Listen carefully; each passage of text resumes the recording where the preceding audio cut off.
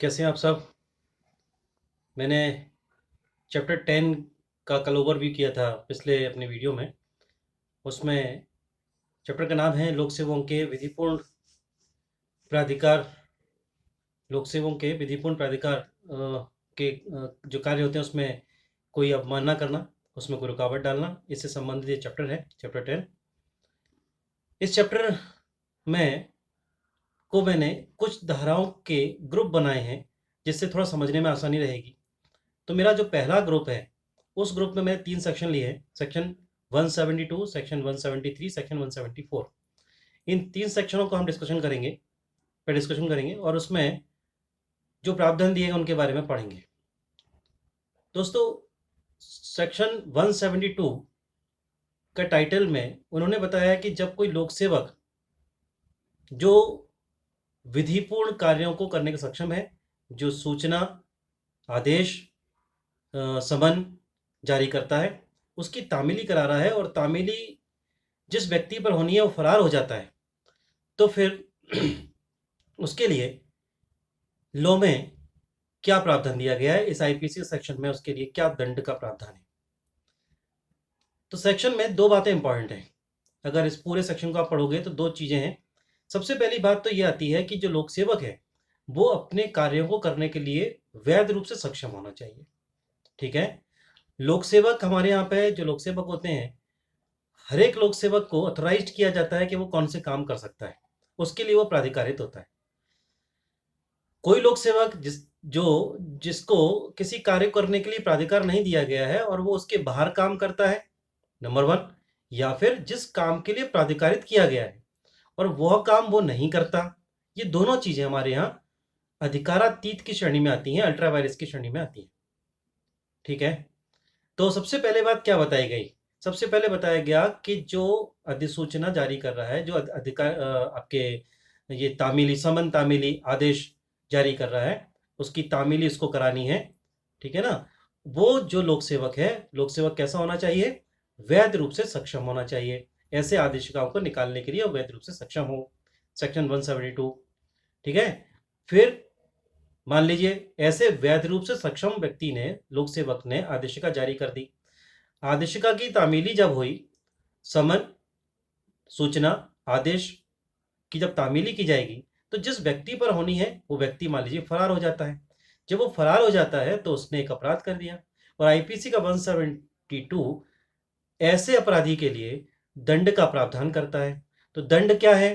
दंड 1 माह तक का सादा कारावास हो सकता है या 500 रुपए तक का जुर्माना हो सकता है या उसे दोनों से दंडित किया जा सकता है। ये इस धारा का पहला भाग है। दूसरे भाग में न्यायालय अगर किसी व्यक्ति को समन, सूचना, आदेश जारी करता है और ऐसे समन, सूचना, आदेश जारी करने का उद्देश्य क्या है न्यायालय का?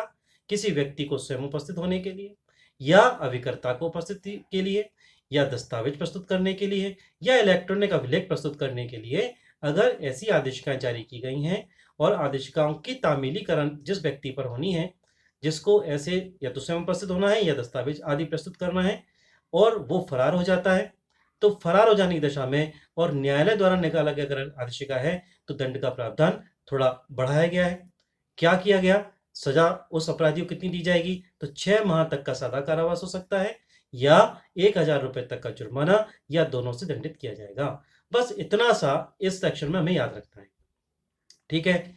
अब मैं नेक्स्ट सेक्शन पे आता हूं, सेक्शन 173 पे। सेक्शन 173 में लिखा है कि जो कोई लोक सेवक मैंने आपको पहले ही बता दिया, इस पूरे चैप्टर के अंदर उन लोक सेवकों की बात की गई है जिन्हें वैध रूप से सक्षम माना गया है, जो ऐसे कार्य करने के लिए सक्षम है।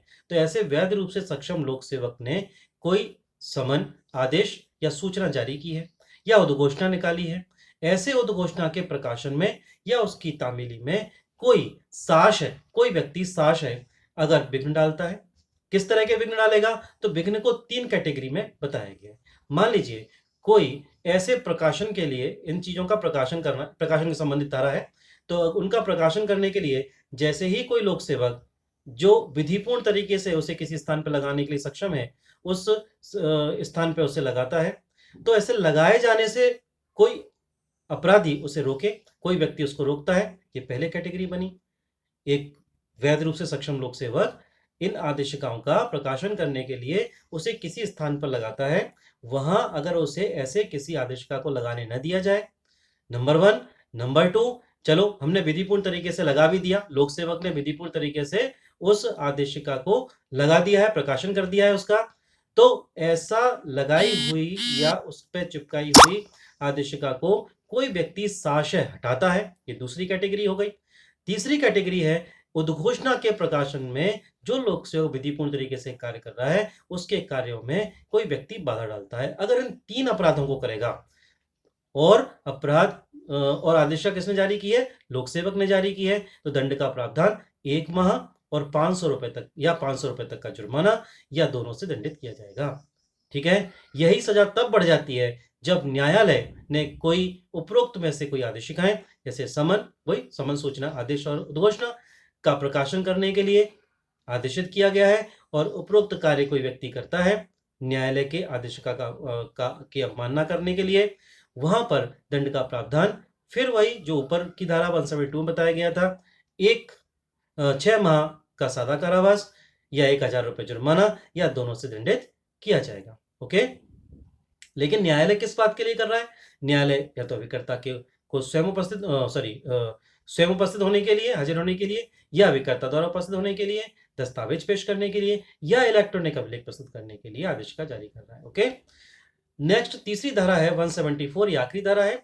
इस आखिरी धारा में अगर लोक सेवक ने कोई किसी व्यक्ति को उपस्थित होने के लिए कोई समय और स्थान निश्चित किया है, वहां वो व्यक्ति नहीं आता, ऐसे आदेशिकाओं की अवहेलना करता है, अवमानना करता है, तो उसमें 2 तरह की बातें हो सकती हैं। इस सेक्शन के अंदर 2 तरह की बातें दी हैं। या तो जो हमने स्थान और समय निश्चित किया है उस स्थान और समय पर वो व्यक्ति आता ही नहीं है, एक तो इस तरह से अवमानना कर रहा है, या फिर वो आता तो है लेकिन विधिपूर्ण समय से पूर्व ही चला जाता है, मतलब हमें जब उसकी आवश्यकता थी तब वो न्यायालय में नहीं हो।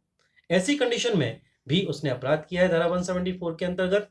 आ गई आपको बात समझ में? मैं क्या कहना चाह रहा हूं, किसी लोक सेवक ने जब किसी व्यक्ति को कोई निश्चित समय स्थान पर उपस्थित होने के लिए आदेशित किया हो, उसके लिए आदेशिका जारी की हो, आदेशिका वही है आपके, समन, सूचना और आदेश जारी किया गया हो, और ऐसा व्यक्ति या तो उस आदेशिका को मानता ही नहीं है, नंबर 1, या नंबर 2, ऐसे आदेशिका के पालन में वो आता तो है लेकिन विधिपूर्ण समय से पूर्व ही वापस चला जाता है, तब उसे दंडित किया जाएगा, वो अपराधी होगा। अपराध के लिए सजा का प्रावधान, दंड का प्रावधान लोक सेवक की आदेशिका है तो 1 माह या 500 रुपए जुर्माना, 1 माह का सदा कारावास या 500 रुपए जुर्माना या दोनों से दंडित किया जाएगा। और अगर न्यायालय ने किसी व्यक्ति को ऐसी आदेशिका उसके स्वयं उपस्थित होने के लिए या अभिकर्ता द्वारा उपस्थित होने के लिए अथवा दस्तावेज प्रस्तुत करने के लिए या तो इलेक्ट्रॉनिक अभिलेख प्रस्तुत करने के लिए जारी की है, तब सजा का प्रावधान, दंड का प्रावधान 6 माह का सादा कारावास या 1000 रुपए जुर्माना या दोनों से दंडित किया जाएगा। ये सेक्शन 172 से लेके 174 तक का हमारा पहला ग्रुप था। उस पहले ग्रुप को मैंने इसलिए बताया क्योंकि मैंने कैटेगराइज करने का उद्देश्य इतना सा है कि आपको ये बातें समझ में आए, ये चैप्टर समझ में आए, क्या क्या मूल बातें कही गई हैं, क्या हमें याद रखना है, हम डिस्कस कर पाएँ, इसलिए मैंने इसको कैटेगराइज किया है। ओके, घर में रहिए, स्वस्थ रहिए और नियमों का पालन करिए। ओके।